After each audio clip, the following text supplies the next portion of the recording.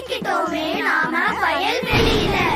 வானத்துல இடி சத்தம் தாங்க முடியல. ஏ பசங்களா, ஏன் இப்படி கீழே உட்கார்ந்திருக்கீங்க? அண்ணாமலை மாமா பாரு அங்க வந்துட்டாரு. மரத்து மேல மின்னல் விழுந்தா காயப்பட போறாரு. மழையில நனையாம இருக்க வேற என்னதான் பண்றது? அங்க இங்க நிக்காம கூரைக்கு கீழே நில்லு. கூரை எதுவும் இல்லைன்னா இப்படி கீழே உட்காரு, இப்படி கீழே உட்காரு.